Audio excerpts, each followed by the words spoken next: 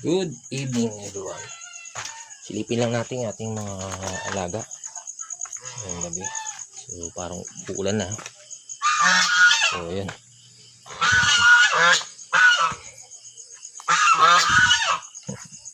So yun yung ganap pag gabi. Nakalat sila nakapwesto na. Yun ang ating mga alaga.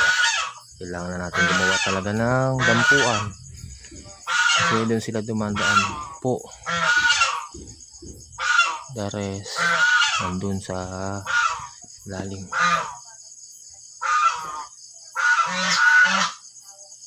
Ayan, lalaki na. So yan, 3 months old na yung iba. Tapos yung the rest magti 3 months kasi 1 week yung pagitan nila mula nung napisa. So yung ganap sa ating mga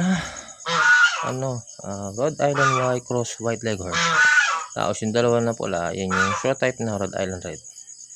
So i-kondisyon na natin yan para i-cross natin itong short type dun sa vintage. Tapos yung short type naman na isa na lalaki sa production para magkaroon tayo ng mga panibagong sisiw. Then magkaroon tayo ng pares na ibibenta dahil hindi sila kakaroon na tayo ng pares na mabibenta dahil nga magkaibang line na sila. So mas maganda kaysa magbenta ng magkapatid. Yung iba kasi binibenta magkapatid, kaya kailangan talaga mabusisi ka sa pagbili ng mga alagang manok para iwas inbreeding. So ayan, ating lagi tayong napindot natin yung ating may tubig dyan, dalawa na. Kulang na yung lagay na tubig na ganyan, kulang na yan. So naglagay po tayo ng alternative. Diba? Magpapalit na rin tayo ng rice hull baka next week kasi kailangan ng palitan dahil basa na dito sa parting to dahil nasa ulan kasi dito sa area pa rin dito sa Bikulan, lalo na dito sa Tigaon. So ayan yung ating mga manok, mga malalaki na, lalo na yung ating show type. So ayan, so kailangan natin gumawa ng dampuan na. Kasi yan, syempre naka solar light. Kasi kailangan kahit paano may solar tong ating area. Tapos dito nakatakip yan ng ganito kaliliit na utas ng screen net para hindi makapasok yung daga sa loob. Kasi yung magiging pinaka possible na maging mamatay yung ating atakihin yung ating mga manok. Kaya kailangan may ganon.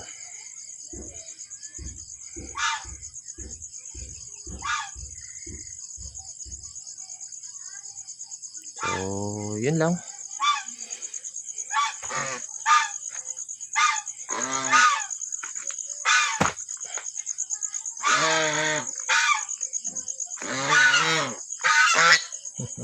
Ating ganso tagabangit. Kasi ito decal cross ng Rhode Island Red, decal brown, puti lumabas ito. May bulutong kasi kaya hiniwalay natin, pero ginagamutan natin yan yung ating Melson Black. Tapos yung Texas yan. Tapos itong ating Iron Shimani Rhode Island. So yun lang, uulan na natin makabalik. So don't forget to like, share and subscribe.